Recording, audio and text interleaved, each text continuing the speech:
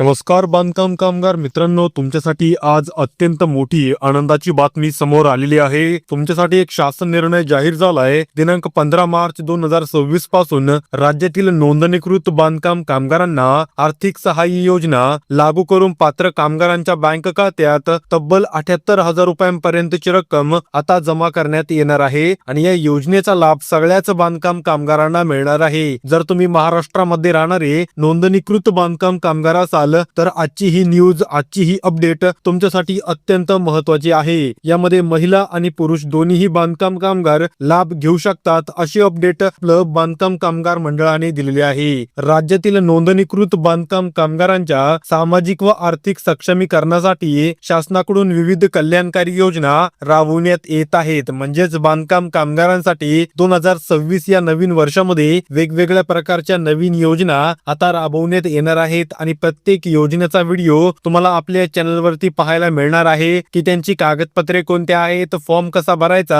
आणि किती दिवसांमध्ये त्या योजनेचा लाभ मिळेल याच्या संदर्भातील प्रत्येक माहिती आपल्या चॅनल वरती तुम्हाला मिळणार आहे, जेणेकरून तुम्हाला सगळ्या योजनेचा लाभ मिळणार आहे। आता त्याच अनुषंगाने सर्व वर्ष 2026 मध्ये राज्यातील बांधकाम कामगारांसाठी आता या ठिकाणी मोठमोठे निर्णय घेण्यात आलेले आहेत आणि या निर्णयामध्ये विविध कल्याणकारी योजना राबवण्यात येणार आहे। आता बांधकाम कामगारांसाठी मार्च महिन्यामध्ये मोठी आनंदाची बातमी जाहीर करण्यात आलेली आहे। या योजनेची अंमलबजावणी दिनांक 15 मार्च 2026 पासून सुरू करण्यात येणार असून खालील नमूद जिल्ह्यातील नोंदणीकृत बांधकाम कामगारांचा लाभ आता या ठिकाणी मिळायला सुरुवात होणार आहे। पात्र बांधकाम कामगारांच्या बँक खात्यात तब्बल 78,000 रुपयांची प्रत्येकी जमा राशी या ठिकाणी जमा करण्यात येणार आहे आणि या योजनेचा लाभ मिळवण्यासाठी कामगाराकडे आधार कार्ड, पॅन कार्ड, बांधकाम कामगारचं नोंदणी कार्ड आणि रेशन कार्ड ही 4च कागदपत्र असणं आवश्यक आहे। म्हणजे तुम्हाला जास्त कागदपत्र देखील या ठिकाणी लागणार नाहीत। कमी कागदपत्रांमध्ये तुम्हाला या योजनेचा लाभ घेता येणार आहे। आता संबंधित कागदपत्रांच्या आधारे जर प्रक्रिया पूर्ण केल्यानंतर पात्र कामगारांना योजनेचा लाभ देण्यात येईल।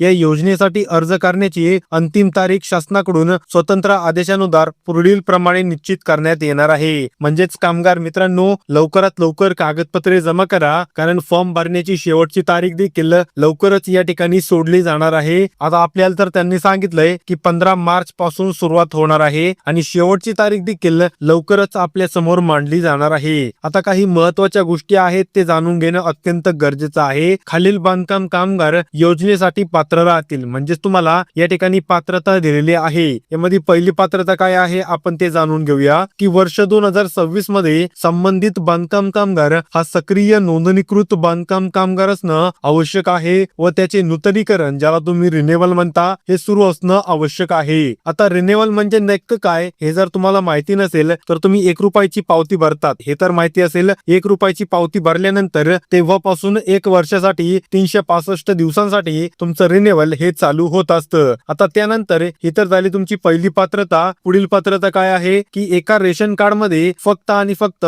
2 किंवा 2 पेक्षा जास्त बांधकाम कामगार असल्यास केवळ पहिल्या 2 नोंदणीकृत कामगारांनाच या योजनेचा लाभ देण्यात येणार आहे। म्हणजेच 2 पेक्षा जास्त कामगार एका रेशन कार्ड वरती लाभ घेऊ शकणार नाहीत या नवीन आलेल्या योजनेचा। यासाठी एका रेशन कार्ड वरती 2च बांधकाम कामगार या ठिकाणी लाभ घेऊ शकतात। त्यानंतर बांधकाम कामगार महाराष्ट्र राज्याचा रहिवासी असणं अत्यंत आवश्यक आहे व त्याच्याकडे महाराष्ट्र शासनाचे कोणत्याही रंगाचे वैध रेशन कार्ड असणं देखील आवश्यक असणार आहे। म्हणजेच त्यांनी आपल्याला सांगितलंय की बांधकाम कामगार हा महाराष्ट्राचाच रहिवासी असण्याचं गरजेचं आहे आणि त्याच्याकडे कुठल्याही रंगाचं रेशन कार्ड असेल, केशरी, पिवळं, पांढरं किंवा चॉकलेटी कोणत्याही प्रकारचं असेल तरी देखील त्याला योजनेचा लाभ दिला जाणार आहे। तसेच संबंधित कुटुंबाची वार्षिक उत्पन्न 5 लाखांपेक्षा कमी असायला हवं। म्हणजे जर वार्षिक उत्पन्न 5 लाखांपेक्षा जास्त असेल तरी देखील कामगार योजनेसाठी अपात्र धरला जाणार आहे। संबंधित बांधकाम कामगारांच्या बँक खात्याशी आधार कार्ड, पॅन कार्ड आणि मोबाईल नंबर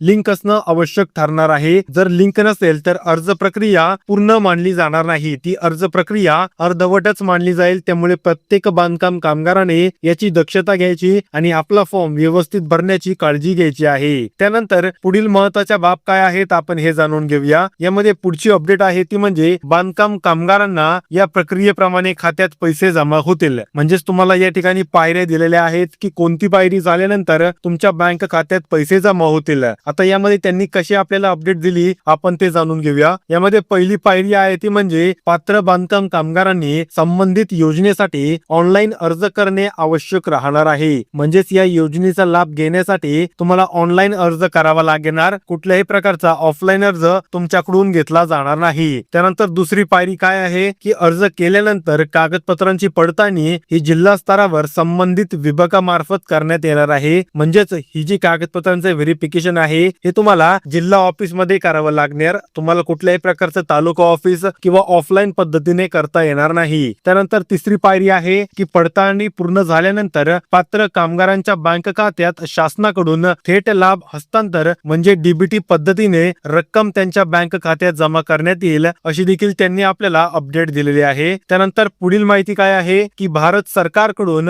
ऊर्जा स्वावलंबन आणि पर्यावरण संरक्षण यासाठी देशभरात सोलर ऊर्जेला प्रोत्साहन देण्यासाठी विविध योजना राबवण्यात येत आहेत. त्याच अनुषंगाने सामान्य नागरिक तसेच बांधकाम कामगारांसाठी यांच्या घरांवर सौर ऊर्जा प्रकल्प बसवण्यासाठी विशेष आर्थिक सहाय्य उपलब्ध करून देण्यात आलेले आहे. या योजनेअंतर्गत पात्र लाभार्थ्यांना त्यांच्या घराच्या छतावर सोलर पॅनल बसवण्यासाठी केंद्र शासनाकडून अनुदान म्हणजे सबसिडी दिली जाते आणि या सबसिडीचा लाभ आता बांधकाम कामगारांना देखील होणार आहे. या योजनेचा लाभ घेण्यासाठी अर्जदार हा भारताचा नागरिक असणं आवश्यक असून त्याच्याकडे स्वतःचं घर असणं आवश्यक आहे. अर्जदाराकडे वैध आधार कार्ड, बँक खाते आणि मोबाईल नंबर असणे आवश्यक आहे. सोलार प्रकल्प बसवण्यासाठी या ठिकाणी शासनाकडून ठराविक टक्केवारी सबसिडी देण्यात येते आणि ही रक्कम लाभार्थ्यांच्या बँक खात्यात थेट हस्तांतर करण्यात येणार आहे. या योजनेमुळे नागरिकांना वीज बिलात मोठी बचत होणार असून तसेच पर्यावरणपूरक ऊर्जा वापराला चालना मिळणार आहे. अर्ज प्रक्रिया ऑनलाईन पद्धतीने केली जाते आणि अर्ज मंजूर झाल्यानंतरच